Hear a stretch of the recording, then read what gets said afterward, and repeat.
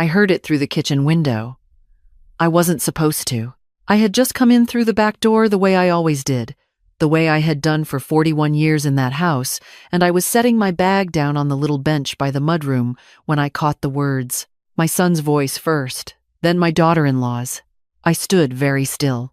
The window above the sink was cracked open maybe 2 inches, and the evening air was carrying everything through it like it always does in September in this part of Ohio, when the heat breaks and sound travels farther than it should. I could hear the neighbors' wind chimes. I could hear a car idling somewhere down the street. And I could hear my son say, clear as anything, "She doesn't need any of it." And my daughter-in-law said, "Exactly. And honestly, at her age, it's a liability."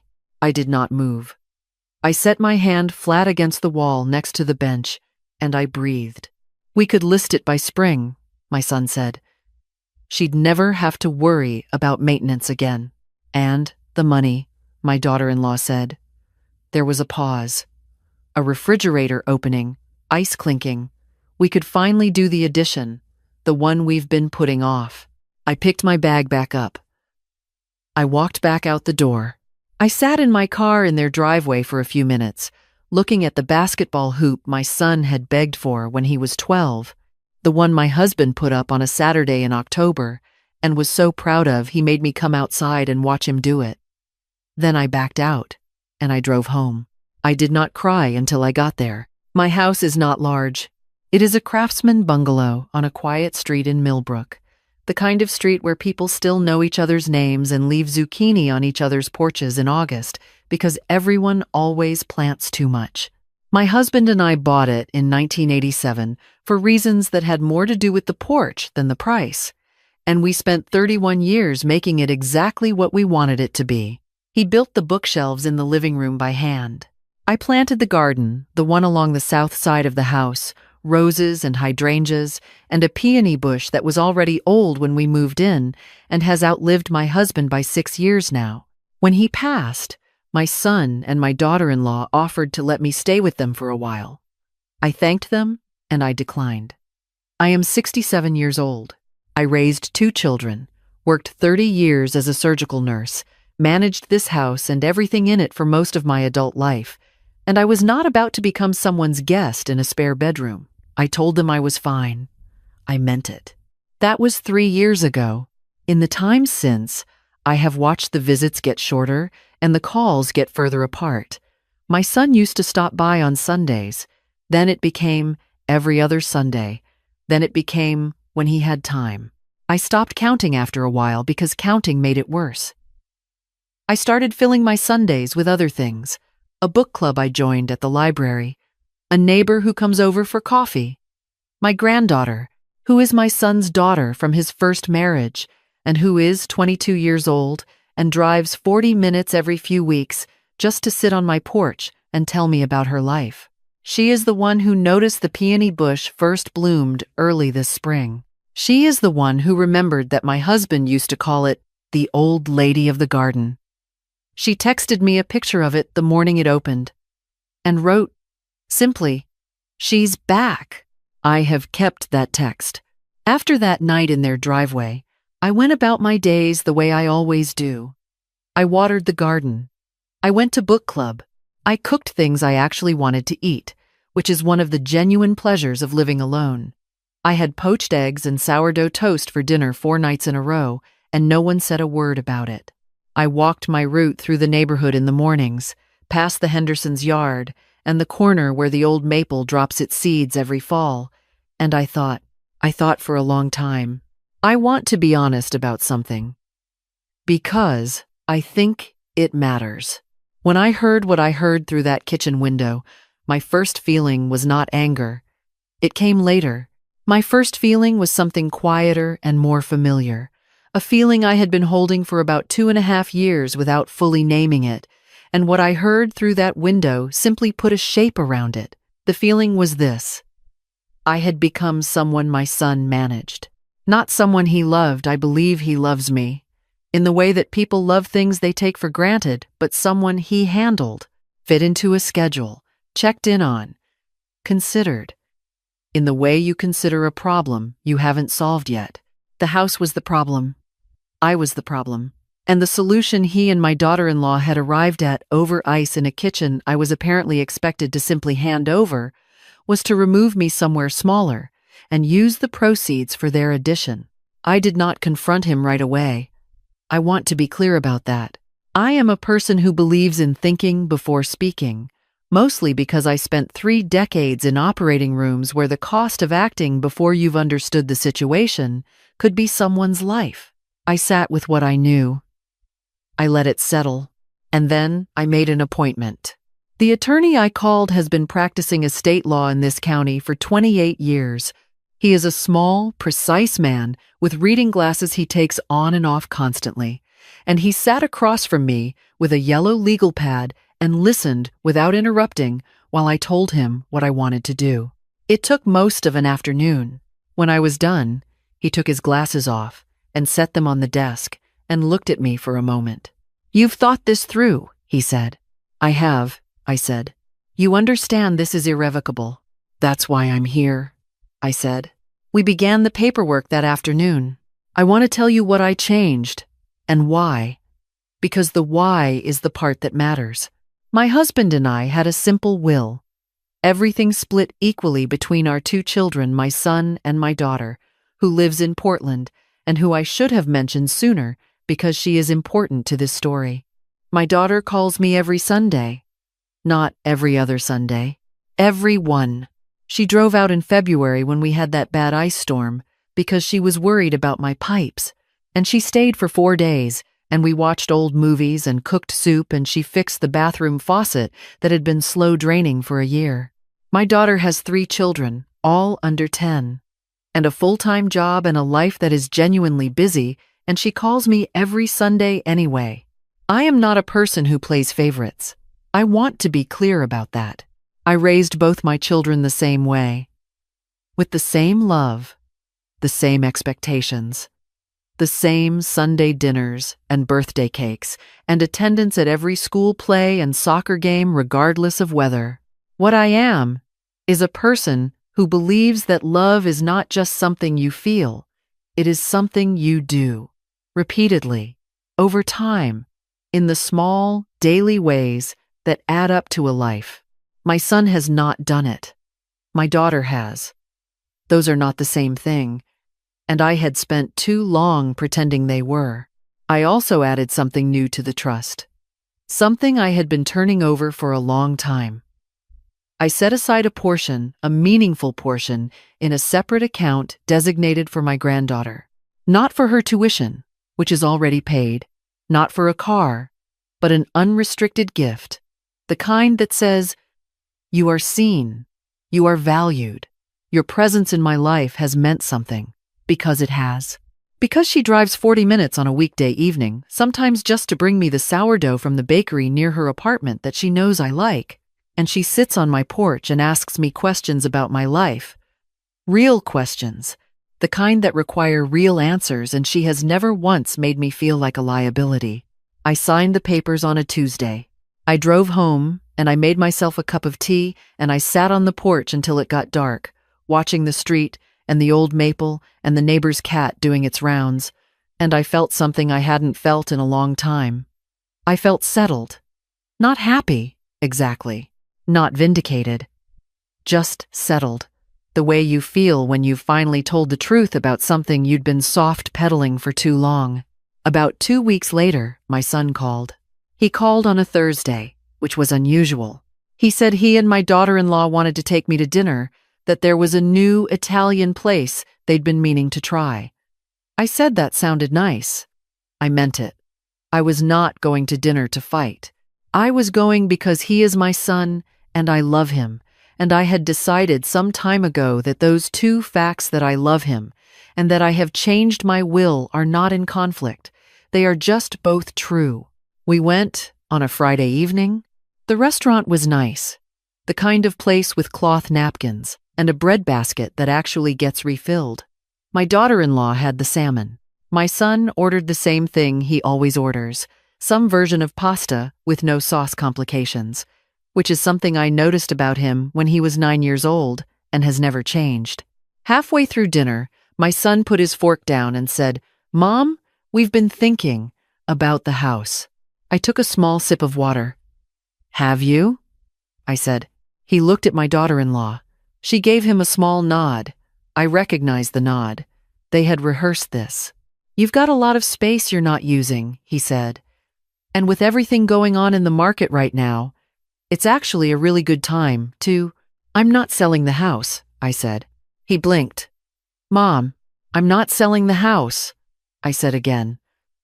The same way, the same tone. "It is my house.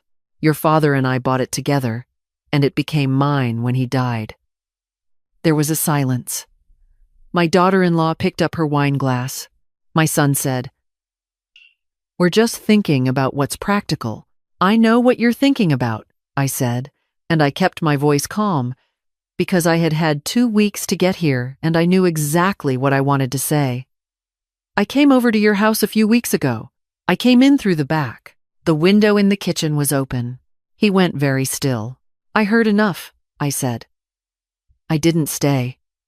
I want you to know that I didn't stand there and listen. But I heard what I heard." My daughter-in-law set her glass down. My son said, "Mom? That's not— we weren't— I'm not here to argue about what you meant," I said. "I'm here because I love you. And I wanted to see you. And this is a perfectly nice restaurant. But I need you to understand something." I folded my napkin in my lap. "I am not a problem to be solved. I am not a liability. I have been your mother for 43 years, and I intend to go on being your mother for as long as I'm alive. But I am not going to apologize for existing in a house that is mine and that I love, and I am not going to be managed." The breadbasket sat between us. A couple at the next table laughed at something. My son looked at me the way he used to look at me. When he was about 11. Not a child's look, not exactly, but not quite a man's either. Uncertain, a little ashamed. He said, "I didn't think you'd feel managed." "I know you didn't," I said. And I meant that too. That was the thing I'd come to understand. In those 2 weeks, he hadn't thought about it at all. Not really. It is hard to feel something you have never been made to feel, and my son has spent his life never wondering whether he was being seen. I had made sure of it. I had been too available, too accommodating, too willing to rearrange myself to fit his schedule and his comfort. I had made it very easy for him to take me for granted. And if there is any fault in this story that belongs to me, it is that one. "I love you," I said. "I am not angry with you, but things are going to be a little different." He looked at me carefully. "It means I'm going to live my life," I said, "fully, the way I want to, and I hope you'll be part of it, but I'm not going to chase you for it anymore." We finished dinner. We split the tiramisu, which was good. On the way to the parking lot, my son hugged me, and it was a longer hug than he'd given me in years. I don't know what it meant, exactly. I don't know if he is going to change. People don't always change just because they've been told the truth. But I said what needed to be said, and I said it clearly, and I went home and I slept better than I had in months. What I did not tell him about at dinner was the attorney, the trust, the changes, the account for my granddaughter. I had decided that was not his information to have, not yet, maybe not ever. What I have done with my estate is my business. The same way what he does with his is his. He is still in my will. He will still receive his share of everything I've built. I want to be clear about that. I did not cut him out. I did not punish him. I adjusted. I made sure that the people who show up in my life are reflected in what I leave behind. Because a will is not just a financial document. It is a record. It is the last clear statement of what your life contained and who was in it and what they meant to you. My daughter does not know about any of this either. I called her the Sunday after the dinner, the way I always do, and we talked for an hour about her kids and her job and the book she's reading, and I told her I loved her, and I meant it without any of the complicated weight I have sometimes felt carrying those words toward my son. She said she was thinking about bringing the kids out in October. If that worked for me, I said I would love that. I told her the peonies were done for the year, but the roses were still going, and she said she'd tell the kids to bring their rain boots. My granddaughter came by the following weekend. She brought the sourdough. We sat on the porch, and the afternoon was that specific golden color that September afternoons get in Ohio. That long, low light that makes everything look like it's been thought about carefully. She asked me how I was doing. Not as a formality, she leaned forward and asked it the way she always does, with her full attention, like the answer genuinely matters to her. "I'm well," I said. And I meant it without qualification, which is something I can't always say. She told me about a project she's doing at work, something about local history documentation, recording the stories of people in the community before they're lost. She said some of the people she'd interviewed were in their 80s and 90s and had things to say that no one had ever asked them about. "People just don't ask enough," she said. "No," I said. "They don't." She looked at me for a moment. "You okay, Grandma? You seem like you're thinking about something." "I'm always thinking about something," I said. She smiled. She has her grandfather's eyes. I noticed it again, the way I sometimes do, a sudden, specific recognition, like something resurfacing from deep water. "Do you want to tell me?" she asked. And I thought about it. I thought about the window and the ice clinking and the driveway and 31 years of a house that still smells, just slightly, like the cedar my husband used on the bookshelves. I thought about the attorney and the legal pad and the particular solid feeling of signing papers that tell the truth. I thought about how for too long I had been making myself smaller in the hope that the people I loved would be more comfortable, and how that had worked out, and what I was choosing instead. "I think I've just been making some decisions," I said, "about what I want the rest of my life to look like." My granddaughter nodded, like that made complete sense to her. Like a 67-year-old woman deciding the shape of her own life was the most reasonable thing she'd heard all week. "Good," she said simply. We sat there until the light changed. She told me about the people she'd been interviewing and some of the stories she'd heard. A man who had worked on a bridge in 1951, a woman who had run a diner for 40 years and could still name every regular. I told her about the early years of my nursing career, things I don't often talk about, the specific weight of that work and what it gave me and what it took. She listened the way people rarely listen, with her full self, not waiting for her turn. When she left, she hugged me at the door and said she'd be back in a few weeks. "I know you will," I said. After she drove away, I went back out to the garden. The roses along the south fence had put out a last flush before the cold, small, and a little ragged, the way September roses always are, but still there, still going. I cut a few for the table inside. I put them in the blue glass vase my husband bought at a shop in Vermont on a trip we took for our anniversary in 1998. The one that survived 3 moves and a broken shelf and is still somehow completely intact. I made dinner. I ate it at the table by the window, not in front of the television, which is something I had been doing too much of since my husband died, retreating into noise to fill the quiet. I sat at the table and I ate my meal, and I looked out at the street, at the maple, at the last light going. My phone rang after dinner. My son. I answered it. He didn't say much. He said he'd been thinking about what I said at the restaurant. He said he was sorry, and the sorry had some texture to it, not the smooth, automatic kind, but something rougher and less practiced. He said he hadn't realized. He said he wanted to do better. I told him I appreciated that. I told him I hoped he meant it. I told him the door was open, always had been, but that I wasn't going to keep it propped open indefinitely with my own body. There was a quiet on the line. "I know," he said. "Good," I said.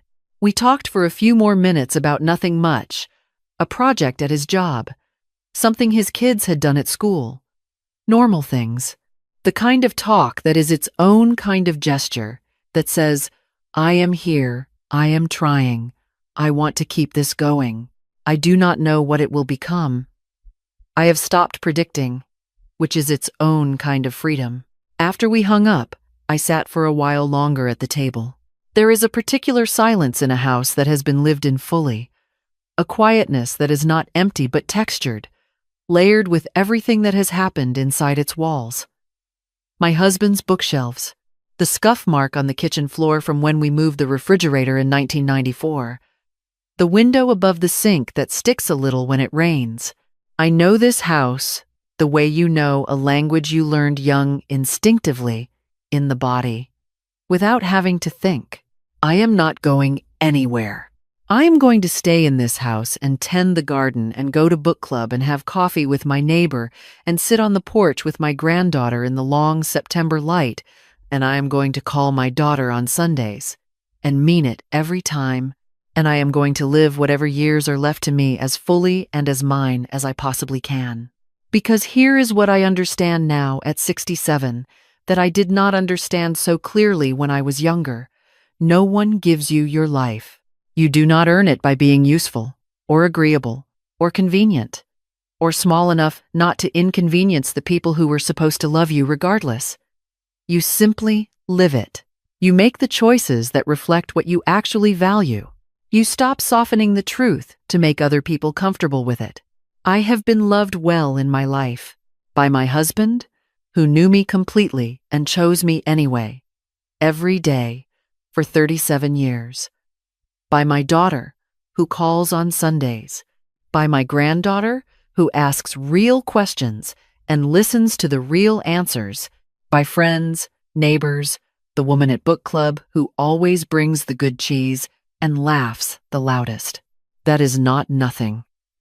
That is, in fact, everything. My son might become someone who shows up. People do change, sometimes, when they are asked clearly to. I am leaving room for that. I am just not holding my breath, and I am not rearranging myself to make it easier for him not to. I went to bed that night, and I read for a while the book we're discussing next month at club, a novel about a woman who late in life learns to sail, which my neighbor says is really about something else entirely, and she's probably right. I turned off the light and I listened to the sounds of the house settling, the small, familiar language of old wood and plaster and time. I slept well. In the morning, I got up and made coffee and took it out to the porch before it was fully light, the way I have done on good mornings for as long as I can remember. The street was quiet. The maple was beginning to turn just at the edges, just the first suggestion of what was coming. The neighbor's cat was already on its rounds. I sat there and I drank my coffee, and I thought about nothing in particular, which is the closest I know how to get to peace. The peony bush along the fence was done for the year, the way it always is by September, but the roots go deep. My husband used to say that about it. The roots go deep on that one when anyone worried about whether it would survive a hard winter. And every spring, without exception, it comes back. Exactly where it was. Exactly what it was. Old and stubborn and entirely itself. I thought about that for a while. Then I finished my coffee and went inside and started the day.